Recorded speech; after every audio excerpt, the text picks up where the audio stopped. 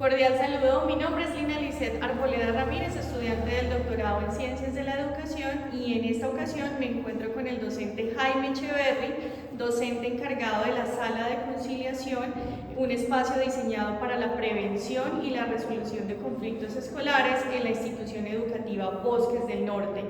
En esta oportunidad vamos a hablar en torno a las políticas educativas con relación a la prevención de la violencia, la educación sexual y familias. Profesor Jaime, bienvenido a este espacio y muchísimas gracias por aceptar la invitación. Con relación a lo que acabamos de introducir, ¿qué problemáticas educativas conoce usted que existen en la actualidad en el ambiente escolar con relación a la violencia sexual y cómo se da este manejo con las familias y como tal en la escuela? A usted, Lina, por la invitación, muchas gracias. Bueno, hay que partir de entender que nosotros tenemos un contexto nacional y yo creo que latinoamericano relacionado con el tema del patriarcado. Es una herencia que hemos traído en donde todavía aún consideramos que hay familias, o se considera que hay familias que están, donde la autoridad está regida por el papá, y la figura paterna en la misma relación que tiene con su pareja, pues es discriminatoria en los casos en los que todavía tenemos, aunque las consideraciones de la estructura familiar han cambiado, se sigue notando esa tendencia a que el hombre ejerce asuntos de violencia contra la mujer en sus hogares y en términos generales en la sociedad. Esa es una repercusión que viene al contexto educativo cuando los niños y niñas manifiestan que en su casa aprecian, viven temas de violencia contra la mujer, contra su mamá y con ellos mismos. Entonces ahí hay un tema en donde hay una relación de violencia familiar, pero también un tema de discriminación de género, ¿cierto? De los problemas que más enfrentamos en este momento en la institución, viene el caso de las niñas que son acosadas sexualmente, que son abusadas sexualmente, que por miedo y temor no denuncian, y que en el acompañamiento que hacemos por sus comportamientos de poca atención, por sentirse deprimidas, y que se ha hecho el acompañamiento psicológico y de psicoorientación, nos damos cuenta que de fondo hay un problema de violencia sexual.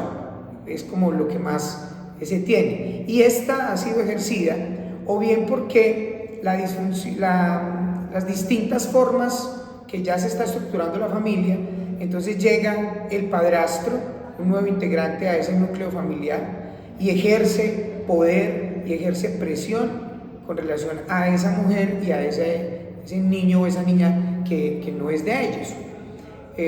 Muy importante, profesor, perdón que te interrumpa. Entonces podríamos decir que, en síntesis, una de las formas en que se manifiesta la violencia en este contexto educativo en la ciudad de Manizales, específicamente en el barrio Bosques del Norte, podríamos decir que en primera instancia una primera manifestación se da en torno al componente familiar, y en una segunda medida se han presentado, digamos, algunas situaciones de esta violencia sexual en el ámbito escolar, de pronto que se hayan manifestado situaciones entre los estudiantes, independientemente de la orientación sexual.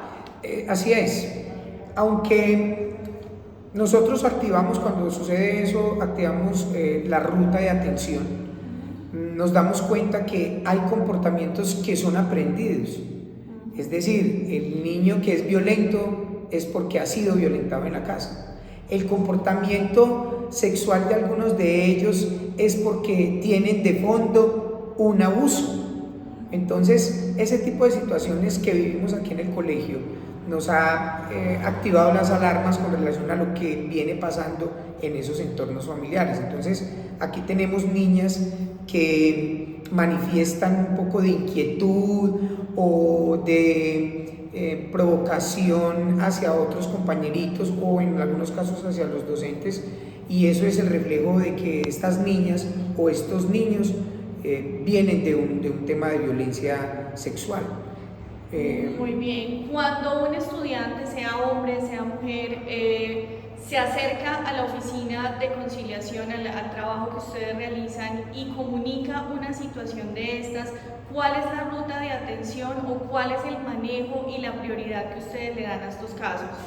Pues Lina, de hecho cuando en esas narrativas y cuando hay versiones sobre un supuesto acoso o abuso, pues inmediatamente nosotros allí suspendemos o más bien evitamos que el niño o la niña o aquella persona que llega a la sala de conciliación termine, no continúe en esa narración. ¿Por qué? Porque es un tema que directamente debe remitirse a un asunto de bienestar familiar o a fiscalía.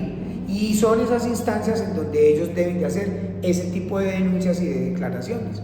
Porque si lo hacen directamente con una persona que no está dentro de la competencia para recibir ese tipo de información o de denuncia, pues nos vemos implicados en un asunto jurídico y penal complejo. Entonces lo que hacemos inmediatamente es hacer la remisión, lo hace psicoorientación a fiscalía y a bienestar familiar para restituir derechos si es del caso. Entonces ahí no hacemos ese tipo de trabajo. Comprendo. Dentro de todo el proceso que ustedes han llevado estos años con el aula de conciliación y las estrategias pues, de esta prevención de violencia sexual y de todo tipo de violencia escolar, cuéntanos de pronto sobre alguna estrategia que hayan implementado y si se ha notado de pronto algún cambio en el comportamiento y en la actitud de los estudiantes. Sí se hace, solo que ¿dónde está el éxito de estas atenciones de prevención? En la respuesta que dan los padres de familia a dichas situaciones. O sea, aquí hay un compromiso de los docentes, de la institución, en la creación de estos espacios de diálogo y disminución del conflicto. Solo que cuando se requiere la presencia del padre de familia, ahí es donde empezamos a tener dificultades porque no están en condiciones de sacar de su tiempo, y uno entiende que son madres, cabeza de hogar, que tienen que estar trabajando todo el día, que sus hijos y sus hijas quedan solos, que requieren un tiempo y un permiso para venir a atender esta serie de situaciones. Eso es un factor que está, que digamos, le resta un poco de atención inmediata a lo que se requiere para ser preventivo. Entonces, cuando llamamos a los padres de familia, muchas veces no acuden o autorizan a la abuela, al abuelo, para que vengan a atender la situación. Y muchas veces ni siquiera son ellos los que están compartiendo con los estudiantes que tienen esa situación, ese problema, sino que son muy distantes de lo que ocurre con ellos. Comprendo, Jaime, muchas gracias. Y finalmente, como una última reflexión o como un último aporte, usted como docente encargado de estos espacios en el colegio y de acuerdo a su experiencia, ¿qué otros aspectos o qué sería fundamental integrar en este momento a las políticas educativas de Colombia y a nivel local, por supuesto, para mejorar o para impactar de manera positiva este tipo de situaciones que se pueden presentar en torno a la violencia escolar y específicamente a la violencia sexual en el ámbito educativo y familiar? Yo creo que hay que seguir haciendo un trabajo más educativo, más de identificación y de denuncia, que el tema de seguir endureciendo los castigos. Es decir, Colombia, con los niveles de agresión que hay contra la mujer, pues ha endurecido desde las nuevas leyes que ya están aprobadas, las condenas, por ejemplo.